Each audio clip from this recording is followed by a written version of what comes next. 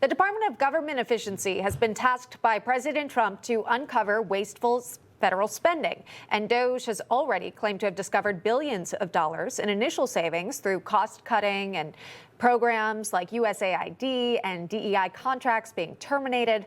Although the department has looked to help the country save money, many individuals, particularly Democrats, have not appreciated DOJ members' access to certain information. And this has resulted in several challenges against the department. Yeah, in fact, in one of these challenges, 14 state attorneys general challenging that DOJ is being unconstitutional because it was not authorized by Congress and because Musk was not confirmed by the Senate. But a federal judge in D.C. did not side with that challenge, declined to block DOJ from having access to government data and from firing government workers.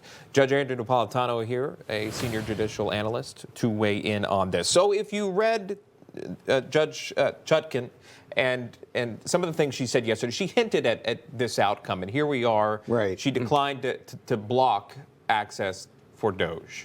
Because she has two arguments before her of equal weight. The attorneys general say, as you said in the intro, DOJ was not approved by the Congress. Well, that's true. And Musk was not confirmed by the Senate. That's true. And he is involved in stopping budgetary expenditures and firing people.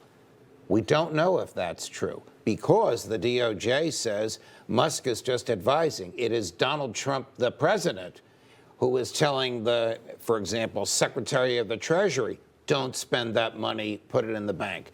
It is Donald Trump, the president, saying to the Secretary of the Treasury, fire these people. So which is it? Is Elon Musk an officer of the United States? Meaning, does he have hiring, firing, and budgetary power? And if he does, he needs to be confirmed by the Senate? Or is he just an advisor to the president? Those are factual questions that will require testimony. That's what Judge Chutkan decided yesterday.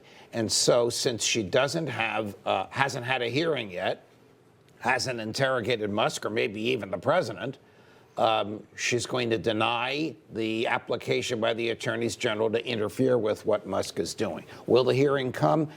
Probably. But by the time it does, DOJ may be finished with its job.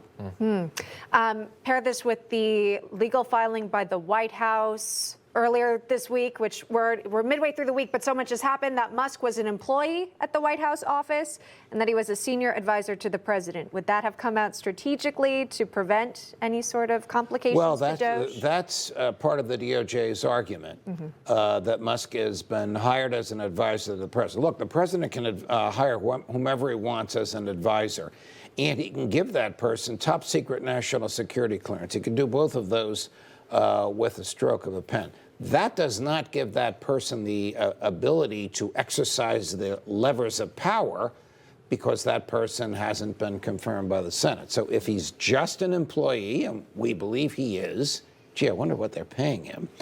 Given his wealth, I'm being a little silly here. If he's just an employee who's just advising, then everything he's doing is perfectly lawful and there's no basis for a constitutional challenge. Which is what the D.C. judge Right. But if the attorneys general of the states who don't like this can show that he's not just an employee, he's not just advising, that he's actually doing the trimming and actually doing the firing, then he needs the legal authority. Which they can't or they haven't yet. That's where that stands.